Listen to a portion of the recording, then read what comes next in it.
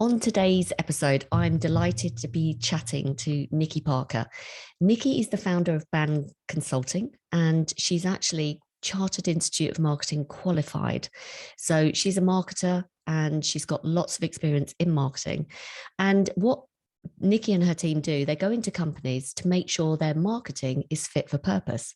So she really understands the role of a marketer. And many of our clients, as you know, in the agency account management role are in marketing. So they're either marketing managers, marketing directors, CMOs, etc. So one of the reasons I've invited Nicky onto the show today is to really lift the lid on what it's like being in the client's shoes and maybe share with us some of the day-to-day activities they're doing, some of the challenges they face. And also I want to get her view on how we can optimize our relationships that we have with our marketing clients. So Nicky, a massive warm welcome to you. Thank you very much. Thank you so much for coming on. Could we kick off, Nicky, by just spending a brief couple of minutes on your career and your experience in marketing? Okay. Well, I kind of fell into the world of marketing by accident, really. I started in 1991 when I was the office manager for an industrial flooring company, which was a big American company. They opened a UK office, and there was the managing director, me as the office manager, and two salesmen. And after I started, my boss came to me one day and said, right, we've got a bit of a problem. The salesmen haven't got any leads and we need to come up with a solution. Do you think you could drum up some business for them? And I'm like, well, I've got no idea. I've never done anything like that before. And he went, just give it a whirl and see what happens. So I bought a book on how to write sales letters. I taught myself how to write sales letters. I got some prepaid cards and some booklets from the States. And I did lots of cold calling, which was really horrible. And I wrote these sales letters and we got this awesome response rate, 5%, which any marketer will tell you is a very impressive response rate. Entirely, I might add, by accident, not by design. And it kind of went from there. I really realized I enjoyed that. So I made that part of my office manager's role. Then I went to work for a group of newspaper and magazine wholesalers. Again, I started off as the office manager, and then people moved position and I suddenly became the business development manager. And I had to work with all the big publishing groups, all of the big retail groups. So I went to Tesco's every month and met the person there and represented independent newspaper and magazine wholesalers. Which was a really tough gig, actually, super male dominated and a bit behind the times, I would have said. And so I was very often the only female in the room, and it was quite challenging. It was quite sexist, but actually that didn't really bother me. I think, you know, I've become quite tough about all that sort of stuff.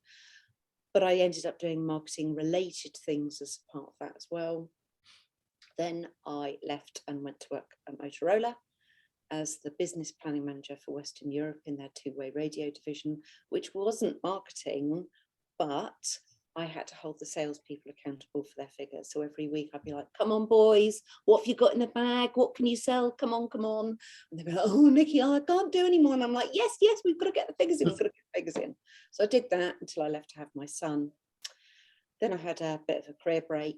And then I started writing some articles and someone approached me and asked me to do some PR for an account, a private school. So I did that.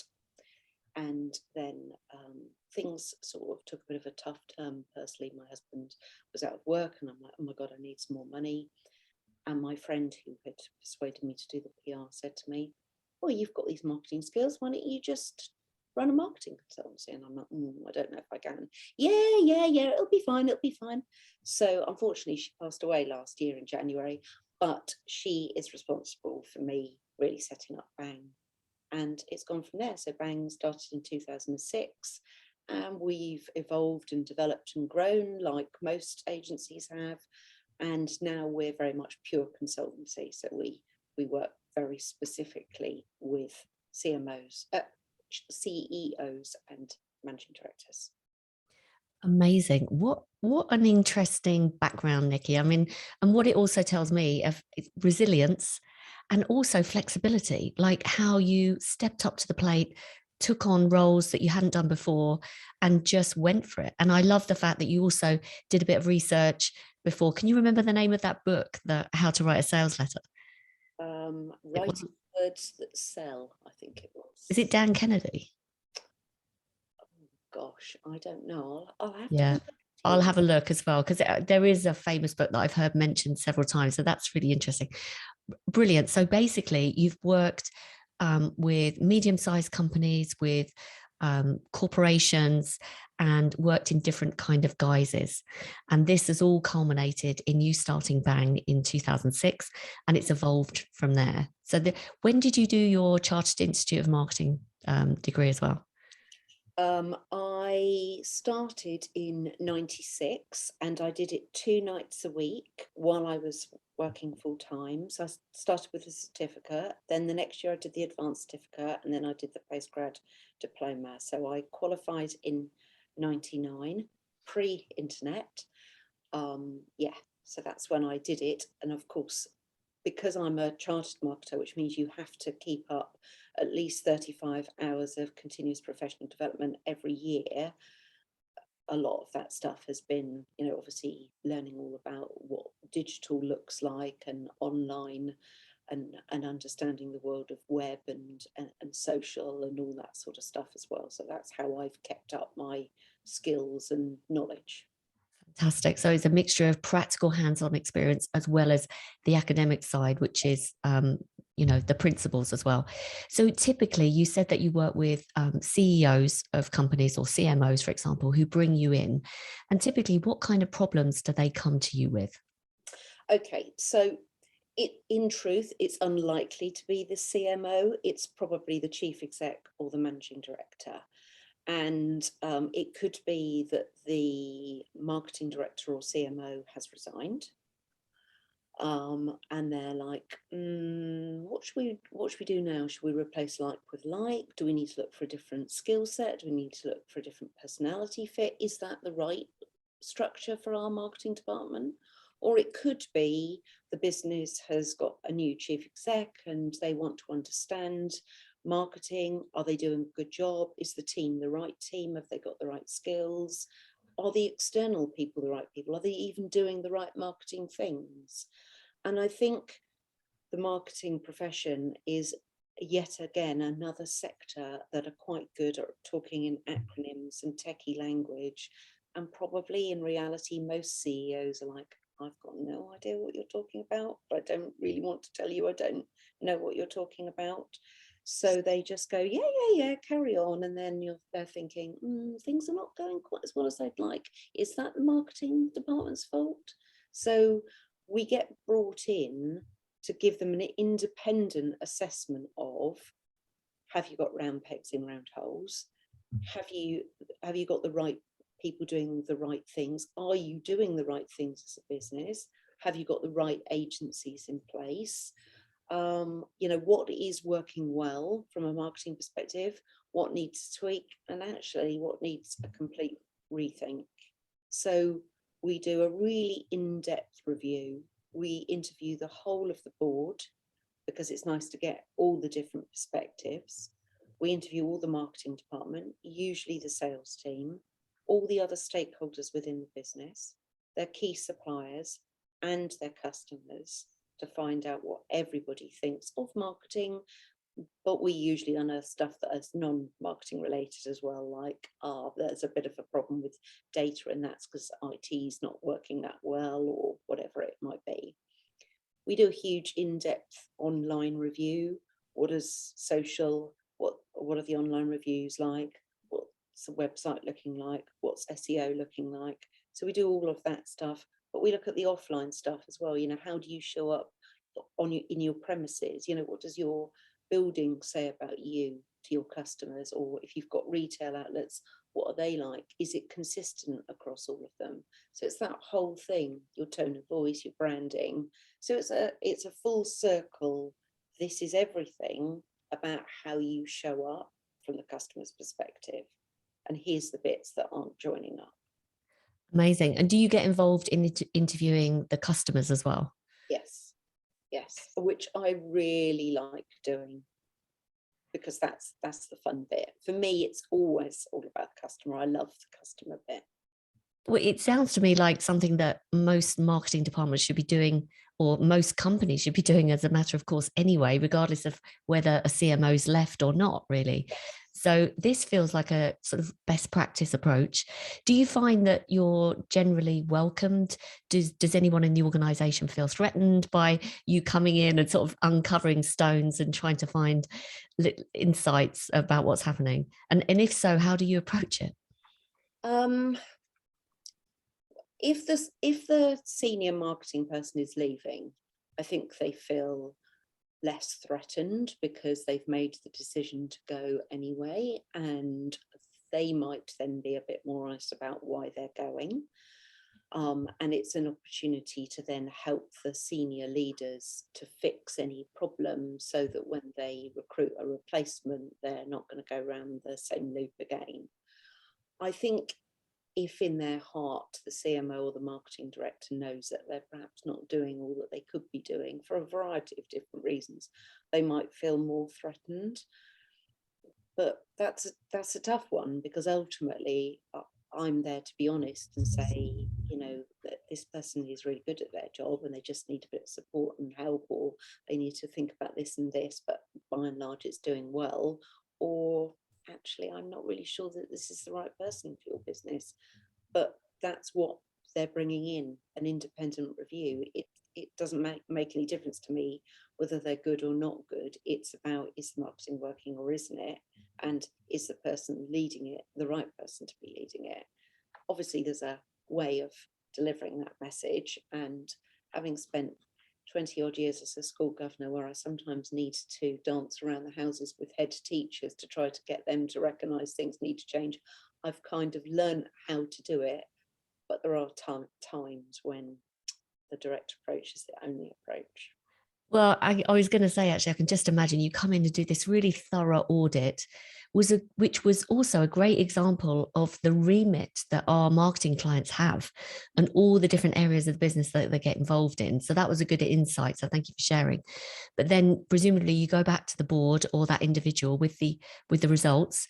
And then even within internal teams in the senior management team, there's probably differences of opinion, whether some people think it was working before, didn't need fixing, other people probably want to push for change. So you've got to deal with all those stakeholders as well.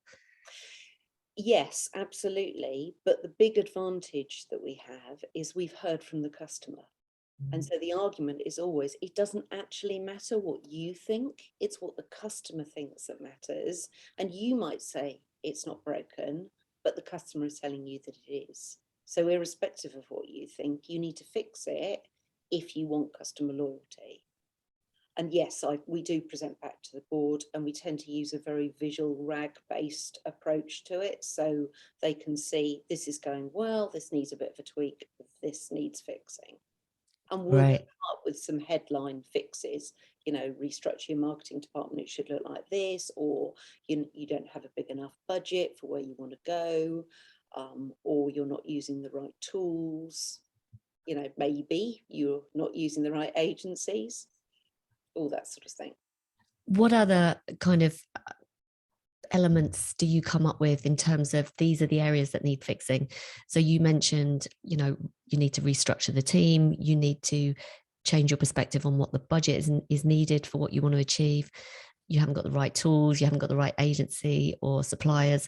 Anything else that you can think of that are some of the elements that throw up from this audit? Customer profiling, for definite. So when the company is not clear on their customer profile, that usually leads to ineffective marketing, because they go charging off, following the latest trend. Oh, we're on TikTok now, we're on Twitter, we're on this, we're on that. Okay, are your customers in any of those places? Well, yes, of course they are. Are they? Are they really there? Well, we don't know. Right, okay. So stop then and think about where your customer is. You don't need to jump on the latest trend bandwagon because you've been persuaded to by the most junior person in the marketing department, or somebody in your external agency who's got a brownie point for creating a video for you on TikTok, you need to be sure that that is the right place to go for your customer.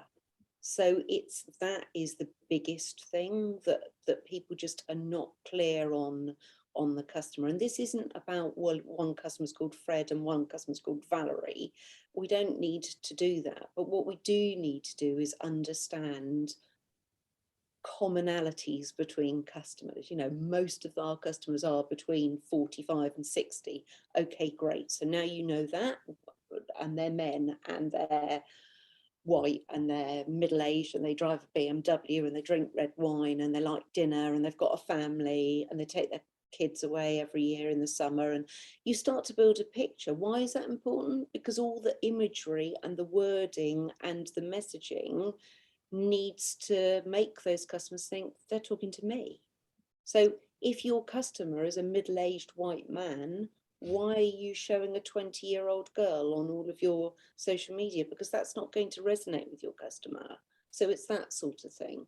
I mean, you know, there's myriad examples, but that principle applies. I think what I'm hearing from you is that it's a real back to basics, back to the strategy point of view, rather than getting maybe sidelined by shiny objects and things that are kind of trending right now. So typically, what are the kind of outcomes and results that you've seen as a result of going in and working in this way with the companies? So they then go away and take what we've suggested and start to implement it. So sometimes they crack on their own, and they'll come back to me and go, oh, we've done this bit now and it's working really well, so we're really pleased about that. Great, that's good news. Or sometimes they say, can you help us a little bit? So I've done some interviewing for a replacement marketing director for a business. So I sat in and we did the interviews all together so that they had somebody who knew about marketing in there to say, they might come across really well, but that's actually not strictly true. So you don't really, that doesn't feel like the right person or the right fit or the right set of tools that they're planning to use in your business. So I do that too. Sometimes I just end up being a sounding board for the chief exec. So they'll go away and they'll do it, and they might just drop in every so often and go, we're thinking about doing this, what do you think about that? Or this is happening at the moment, kind of thing.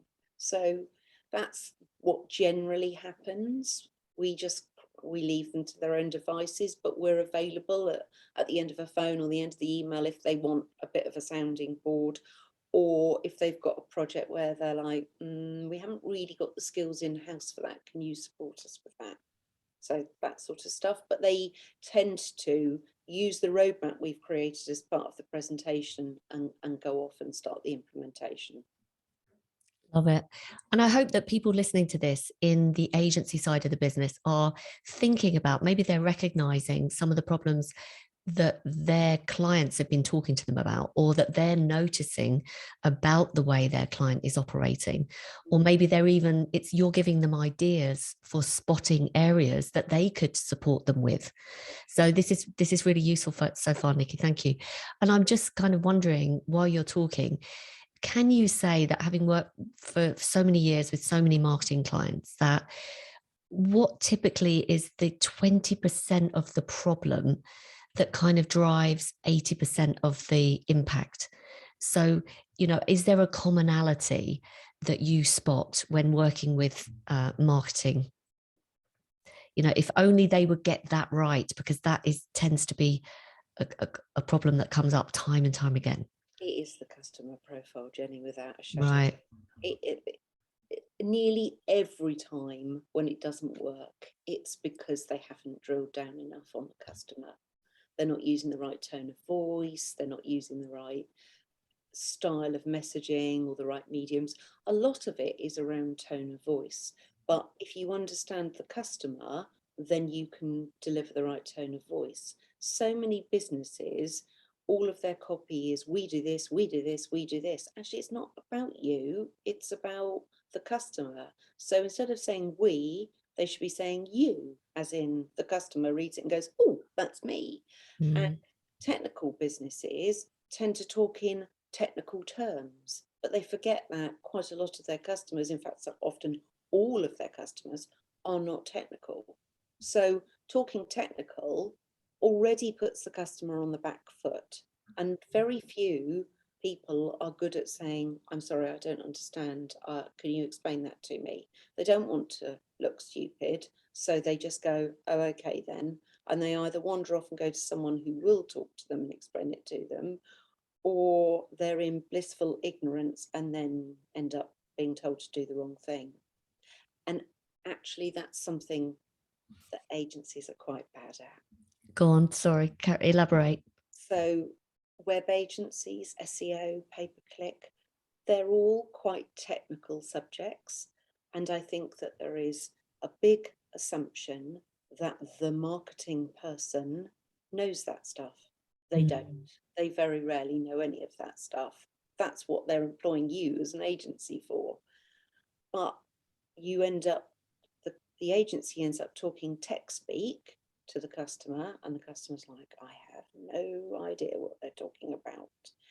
And they don't want to tell them that they don't know what they're talking about. So that's often where the relationship breaks down, because the customer doesn't know what to say, I don't know what you're talking about, or I don't know what I need to do to make this work.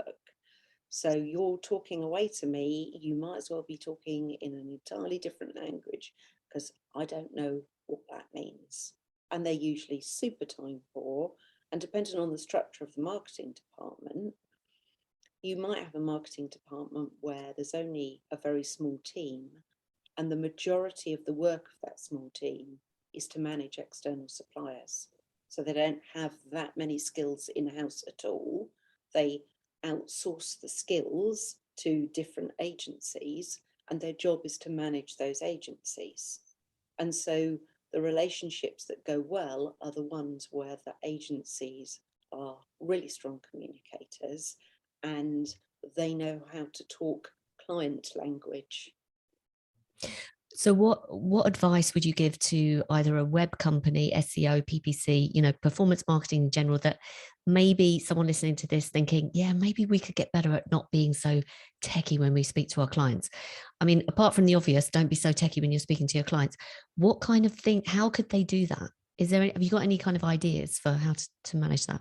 Well, one of the biggest problems is that in an agency, the head person, the senior partner, is usually responsible for sales and marketing. So they go out and they win the business, or they head up the team that wins the business.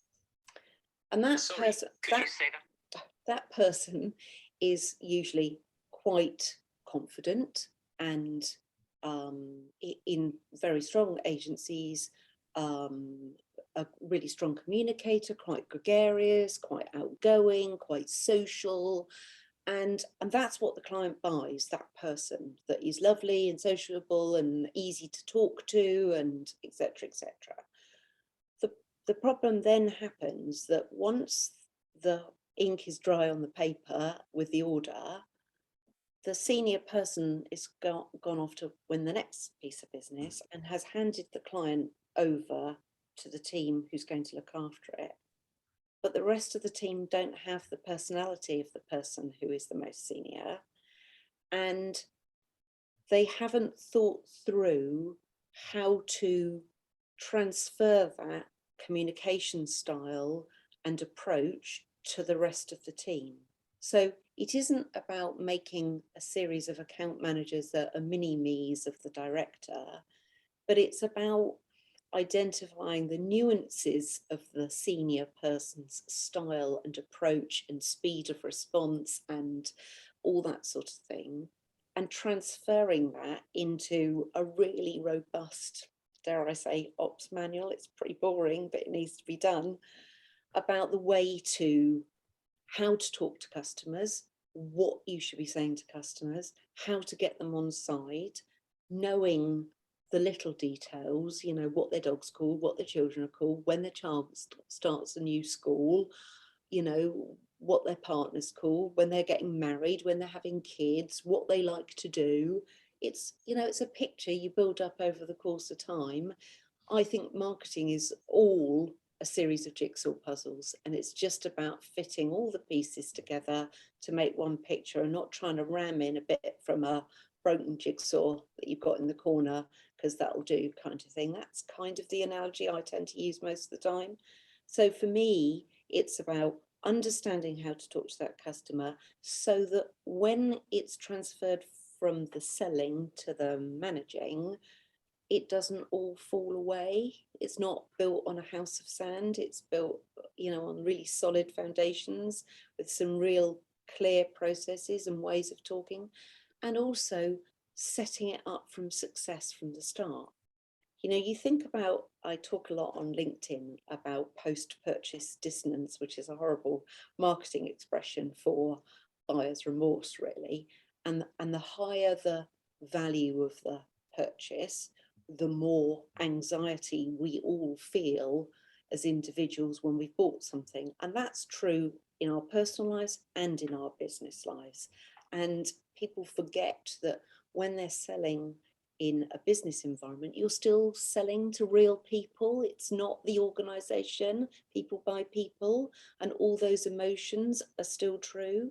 We don't buy with logic, we buy with emotion. We might sandwich emotion with logic along the way, but that first feeling of, do I want to work with somebody, is driven by emotion. And that last feeling about, am I going to sign on the bottom line, is emotion. You might have looked for some validation to sort the logic part of your mind out during the process, but it is emotion. So once you've signed, you're then like, have I made the right decision? Have I made the wrong decision? What's going to be the impact if I made the wrong decision? So if you think about how a good car sale goes, once you've bought that car, and let's be honest about it, other than a house, that's usually our most expensive purchase, we're then filled with anxiety and angst about, have we bought that right car? Have we done the right thing? So the good car companies send you a series of communications before you go to collect your car that continues to reinforce in your mind, I've made the right choice. And so good account management for me is reassuring the client they've made the right choice, talking them through, this is how the process is going to work. If you're going to have a web project, this is how we start a web project. This is your team. The person who sold it to them should introduce the team on the first call. Here you are, Mr. Client, Mrs. Client, here is your team. And the person who is the contact should not be a technical person. It's not that I don't think the technical people have an awesome set of skills, they do, but they shouldn't be facing off with the client unless the client is a techie, geeky personality type who wants to know the ins and outs. But I would say to you, 99 times out of 100, they don't. Their argument is, that's what I'm paying you for. That's your skill set. You do what you need to do to make it work. I just want the end result. And that's true of SEO and pay-per-click, etc., etc. I don't need to know all the stuff about impressions and what negative words you want to put in and how you're going to do it. And no, you do that. I just want to know that when I go onto Google, I can find our business, and so can our customers. That's more of a problem. So it's that sort of stuff, really. And it's about continuing to review, are we communicating effectively with the customer? Are we telling them what's going on? Because when you hear nothing, you assume the worst. Well, they've dropped the ball, haven't they? They don't know what they're doing. Oh my God, they've forgotten all about me. Oh, I've made the wrong choice. Whereas actually you haven't, but you just need to be reassured that you have made the right choice. And the only way to do that is to keep communicating. You've dropped some real golden nuggets here, and I'm loving it, because you've drawn an analogy between, any purchase that you would make as a consumer and how you need that reassurance, but use that example to translate into agency life. And I absolutely 100% agree with what you've said, Nicky, thus far, because absolutely right. The person that makes the sale, the agency leader usually, or the business development manager, has a responsibility to then set the team up for success. Because obviously I get to deal with a lot of account managers who pick up the account Yep. without really being brought up to speed with all of the detail. And actually, and that sets them up for failure. But also, more and more performance marketing agencies, particularly where they're offering paid social, paid search, they are technical people. Some agencies have decided not to have any account managers at all and are allowing the PPC expert to deal directly with the client. So you're shaking your head for those who are listening. So I would love to kind of, I know this is, maybe it's a bit of a controversial point, but, what would you say to an agency owner that's kind of decided that that's going to be their model? That's a mistake. That's a serious mistake, because you are already putting the client on the back foot.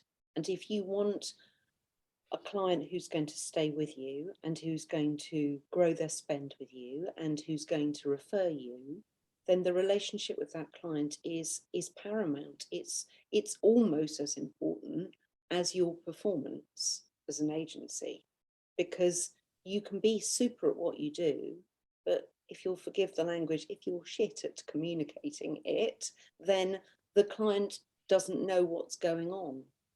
And making the client feel inadequate because they don't understand is a mistake. You will not get a raving fan or a referral client when you don't value the relationship with the client. And the way you value that relationship is communication. And, the experts, the technical experts, are awesome at what they do. I know so many that are superb at what they do, but they're superb at that bit.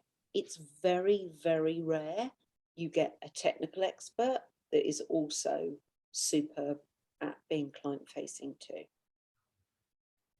I suppose it also, your point about sort of the onboarding stage of the relationship is so key, because you are setting the expectations at the beginning and managing the client's expectations.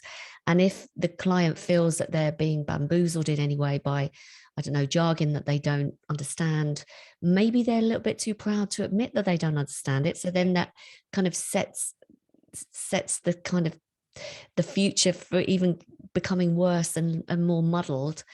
So communication is key. So what other advice can you give to agencies that are, because you've obviously seen the side of the marketer, and what you're sharing with us now is gold, because you're sharing the insight into actually the reality of what happens. What other tips could you share for agencies in terms of optimizing those relationships that they have with the marketing department? I think be clear about the timelines, so that with key milestones along the way, and be clear about when you need the client to do something as well, and what the implications are if those timelines are missed. I know that certainly in the web world, waiting for the content is always the biggest bugbear. If the client is supposed to be producing the content, then that is very often one of the biggest hurdles to cross, that and imagery, but it tends to be the content that is the worst bit. So the client needs to understand that if they haven't signed off on the key milestones and produced the content at the right time, then the project's going to be delayed. So they need to understand that and know that they have a part to play too, obviously nicely, but they do have a part to play. And I think that the best agencies have got a plan B, so that when the client's sort of getting a bit fidgety in the seat because they know that they're supposed to be doing something and they haven't, then come up with a solution for it. I can see that you're getting worried about the content. I realise that you're super busy. Would it be helpful if we introduced you to a copywriter who could sit down and with key people in the business and pull out the information and do the content for you? Oh, that feels like that's got that off my plate. Yes, please. So it's about coming up with solutions, which obviously means you've sold another service. So that's good news. There's more income coming in, but it builds the trust. It helps to overcome the obstacles that can happen in a project, and also helps you to sets you up for success for the future, so that the client is able to realize the true value that you bring as an agency, and probably gives you more credibility when you're ready to sell the next solution, so that you deepen that relationship and get the client on board for longer than just one project. I absolutely agree with you. This is so good. And I suppose in order to come up with different solutions, offering solutions, you have to have a degree of empathy, don't you, for the client's position. Definitely. So, or would you say that generally speaking, agencies really understand the client's world and how, what their internal challenges are and their internal responsibilities? No, I don't think they do at all. I think there are exceptions, but in the main, no, I don't. I think the challenge for agencies are that most agencies specialise in a specific element, whatever that element might be.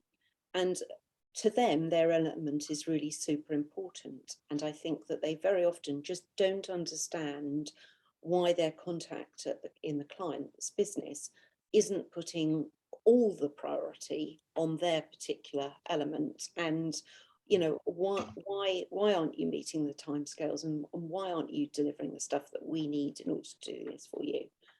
But in the client's world, what you deliver is a really, really, really, really tiny part of what they have to deal with on a day-to-day basis. And if your contact happens to be the most senior person in the marketing team, they are literally plate spinning, and they're trying to keep all the plates going at the same time. And, some days all the sticks drop and all the plates smash on the floor. And when you phone up and get agitated because you haven't got what you want in the timescale, that can be the tipping point for the client. And you're like, do you know what? I've had enough now. They are trying to manage umpteen different agencies who are delivering different things, and keeping the CEO happy and keeping their team happy, and trying to do all the things that they need to do internally and externally.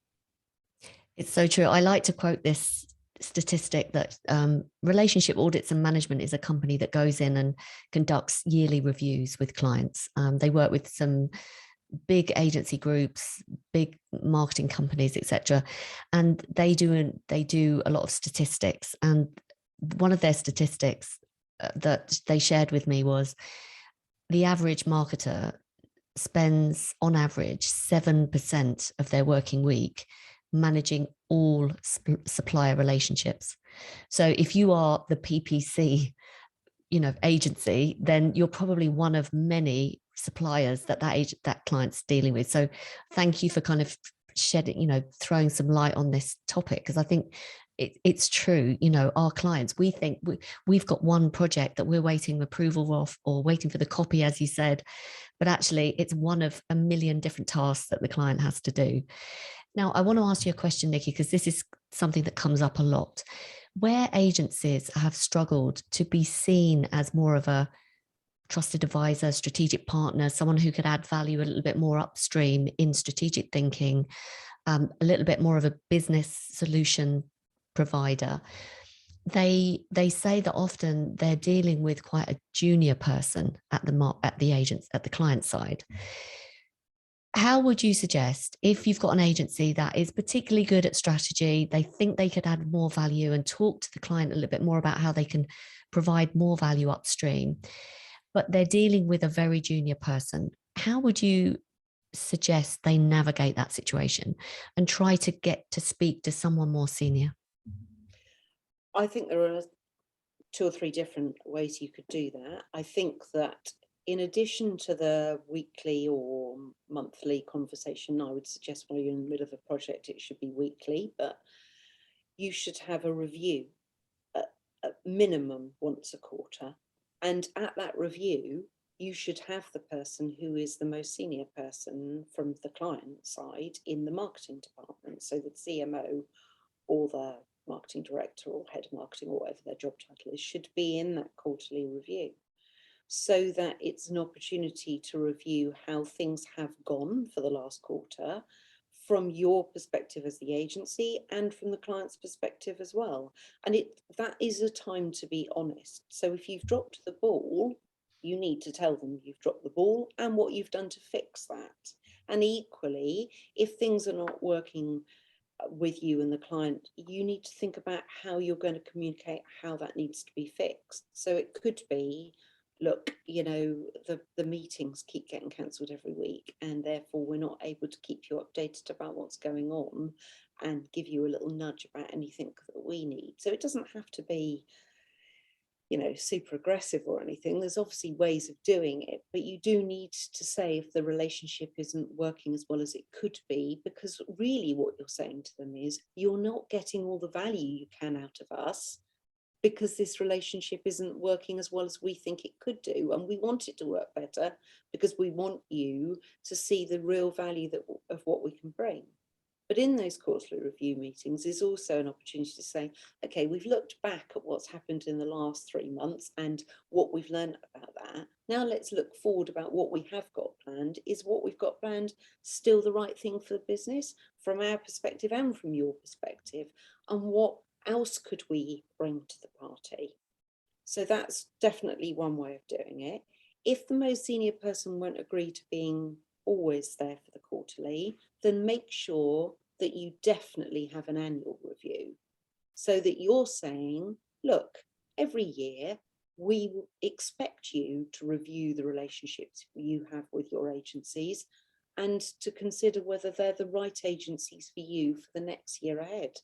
And we want you to do that because we want you to value the relationship you have with us. So why don't we sit down and have a wash up of the last year and a look ahead, and we'll bring some ideas to the party of what we think you could and should be doing in the year ahead to develop your business. And you know, we're all up for being sociable, so especially now that we don't have any restrictions anymore. So you know, why not say, let's take you out for a nice dinner, or you know, do something that the client likes to do, go, I don't know, horse racing or dog racing or wine tasting or whatever it is. And that's back to the agencies knowing their clients in the same way as I said, you know, marketing departments fail because they don't know their customers well enough. Well, maybe sometimes agency marketing could be better if they knew their clients better. And if you build up groups of, these are the clients that like car racing, these are the clients that like wine tasting, etc., then when you're putting on an event, you can go, well, hold on a moment, 20 of our clients love wine. Why don't we do a wine tasting? That'll be good fun. And that's when people relax. You can get people to talk to each other. So your clients can meet other clients and they can go, oh my God, we all have the same challenges. This is exciting. And it's a great opportunity for you to deepen your relationship with the client. It's a great tip there. Something that I think it was Simon Rintut also said, that he deals with lots of different industries, and many other professional services firms have client meeting days where they actually invite all of their clients to meet each other. And it's something that we don't typically do as agencies, like in the creative space. But in other professional services industries like lawyers, accountants, etc., it's more usual. And I think we could borrow some of those ideas. So great share. Thank you. What if the senior client refuses to go to the QBR, doesn't have time, the quarterly review? A year is too long for the agency to wait to get them on a yearly review. Any other ideas for how they can access more senior people? Well, I mean, there's no harm in just picking the phone up and trying to call them. And I do sometimes think that we tend to make things more difficult than they need to be. So you could attempt to call them. You could attempt to drop them an email. You could do something a bit different. I think that we all tend to veer towards everything being online. You could actually send them something interesting in the post that would make them sit up and take notice. And actually, if you've sent something lumpy, as we used to call it, in other words, something beyond a letter, something interesting or different, you stand out, and the chances are that the person who it's aimed at is the person that will open it. So that would seem like a nice alternative, and also shows that you can think outside the box, and ultimately that's what you want them to think, that you are able to have creative, innovative, imaginative thinking, that just because you've been doing one particular service in one particular way with your client for a period of time doesn't mean that you can't come up with new ideas or different ways of doing things, or try something different. And you know what, most marketing professionals recognize that there is no silver bullet in marketing. There are no guarantees. And whilst there are certain things that we know should and probably will work, there are other times when we're like, we don't know if that's going to work or not, but if we don't try it, we won't know. And the most forward-thinking marketing people are always up for hearing about new ideas and things to try to see if they'll work, because they'll look good as well as you'll look good if it does work. I think some great tips there. So bringing ideas proactively that have more of a future focus. You know, this is where we see the market going, the industry going, or your customers going, and being the first to be the sage, if you like. I think that's a great tip.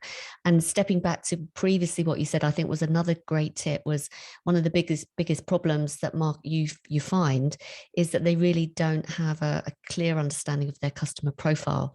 So for those agencies listening that maybe are in the copywriting space, for example, or content marketing space, to carry out some kind of audit, to do a tone of voice workshop, or messaging workshop, or a deep dive into that might be another idea if they're also seeing that they think their client hasn't got that profile right. So thank you, Nicky. This is really, really valuable. And just before I move on to talking about sort of the future of marketing, I'd love to kind of think, is there anything else that you think could be done to improve the client agency relationship? Anything else that we haven't covered that you think agencies could be better at? I think it's important that they communicate when the team changes. So sometimes that happens where someone leaves and we're trying to brush it under the carpet, especially if the relationship with that person in the agency. Mm-hmm. I think that's a Rob Mayhew TikTok sketch, actually, where he talks about like, sorry, who? No, never heard of that person. Well, yeah. I don't know that most of us go that bad, but I do sometimes think there is a shh, don't tell them that Sarah's going. Let's hope that they don't realise. And then someone says, where is Sarah? And you're like, oh dear, we haven't actually introduced the new person in. So definitely ensure that your internal process is set up so that when somebody leaves, you've pre-warned the client that they're leaving and you've introduced the new person when they join. And if you're struggling to recruit a replacement, you've come up with an alternative strategy about how you're managing the client while you're filling the gap, so they know what's going on. Because definitely not communicating is the biggest fail of all. It's not actually making a mistake, it's not communicating that's the biggest problem. And if agencies did regular annual reviews of their clients and got independent surveys done of what their clients all think of them, they would be able to track the little things that are trigger points for the client. So if you drop the ball in a big way, you know you've dropped the ball, you know what you need to do, you know you need to go and say sorry and this is what we've done to fix it.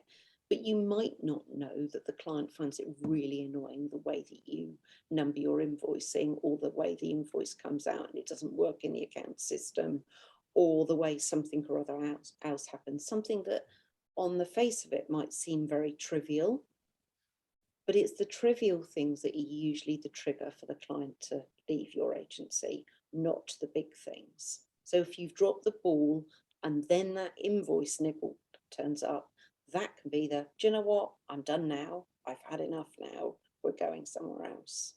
And you don't, they're easy to fix. So picking up the little niggles and ensuring that process, and that everybody in the process of the relationship with the client is as good as each other.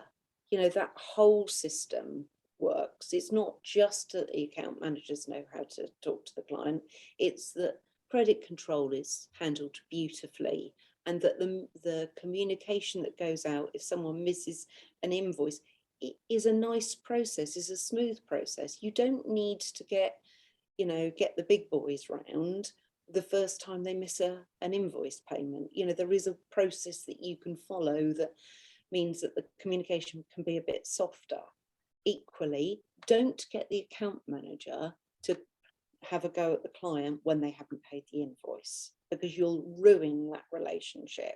Someone from a different department needs to be the invoice chaser, not the account manager. Oh, you're pressing on my buttons here. Yeah, I agree with you. Love it. That's an absolute no-no, I think. We used to be asked by accounts to chase up money, and it was awkward, because then maybe some agencies are so small you have to do everything. I get that. But preferably you want to keep that relationship slightly separate and have someone else do that.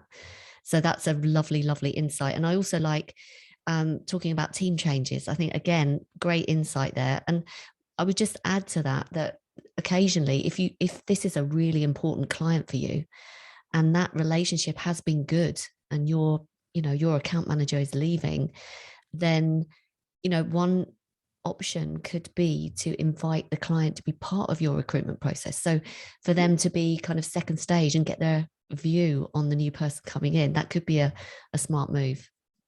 Yeah. Or even if they can't do that, if they tell you what they really valued about the account manager, so that then you'll understand what you need to make sure is in place for the next one. And it's probably less likely to be about their personality, but more about specific things that account manager did that the client valued.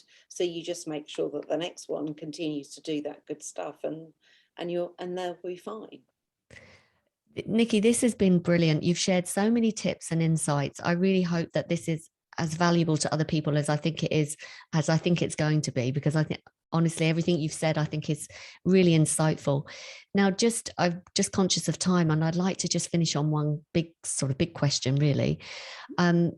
What do you think are some of the biggest sort of opportunities or challenges facing marketers in the future? Okay, I think it's less about worrying about the latest trends like AI or Web 3.0 and all that sort of stuff. I think, that they'll be relevant for some clients and not for others. I think the biggest challenge we're facing right now is the fact that, it looks very likely that the country is going to go into recession. So marketing budgets are going to be really, really tight. And so I think that the biggest challenge for clients in terms of their marketing is ensuring that they get best value for their marketing budget.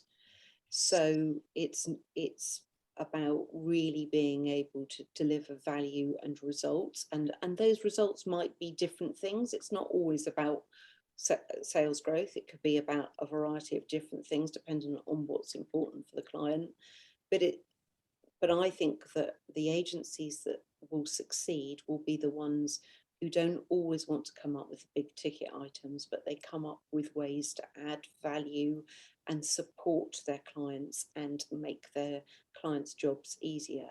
If we're getting into the realms of, God forbid, going down redundancy routes and things like that in clients, and therefore there are less people within the team, their time is going to be stretched even more. So what can you do to make life easy? The answer is communicate really effectively and maybe take some stuff off of the client's plate. So that could end up meaning you end up getting more spend. But if you see the client is always stressed about something and it's something that you could deliver, you could say to them, do you know what, we could do that for you.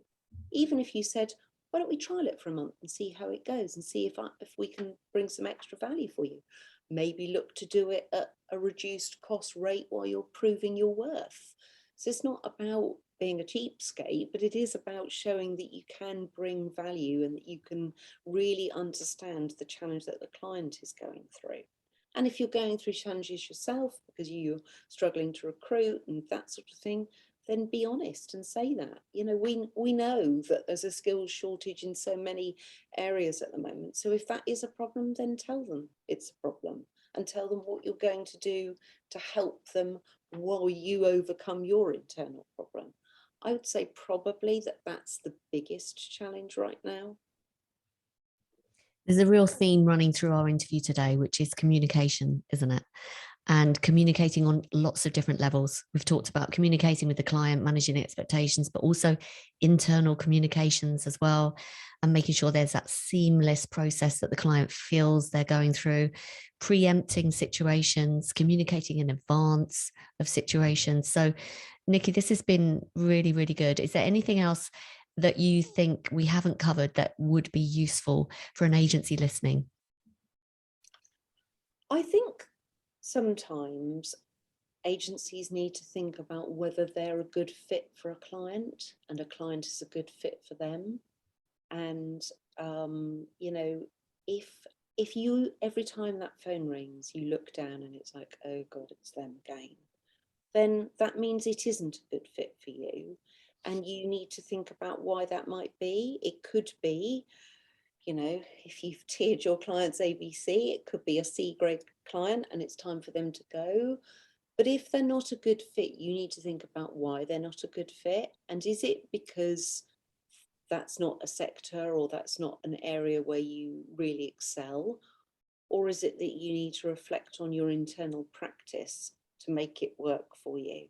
But I don't think that clients or agencies should be frightened to recognise that there are sometimes time to walk away, and you can keep on and on and on flogging it, but if it's not going to work, it's not going to work. And I sometimes think the better approach is to be honest about that and say, we're not right for each other anymore.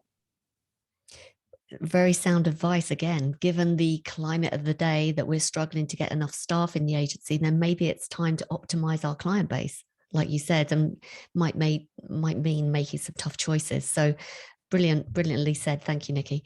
So tell me, who would you like to be contacted by, and what's the best place to reach you?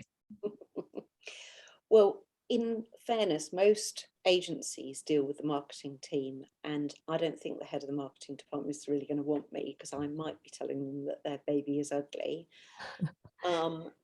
But in a perfect world, it would be a chief exec or a managing director who is perhaps uncertain about how effective marketing is in their business, or would just like an independent lens of their whole marketing landscape and some reassurance perhaps. But certainly at the end of our review process, we say that the senior leaders will have clarity and confidence that their marketing either is fit for purpose or where it isn't, and what they need to do to make it fit for purpose. And the best way of contacting me is probably my email, Which is nicky@bangconsulting.co.uk. great. And we'll put that in the show notes. Nicky, this has been absolutely brilliant. And I'm sure maybe there's some agency owners thinking about clients who they can make an intro to, because they recognize that perhaps they're noticing their clients aren't buttoned up in terms of marketing and that they need some help from someone who has the experience. So thank you so much for sharing so many insights, so many tips. I think this is really gold. So thank you for joining me. Thank you very much.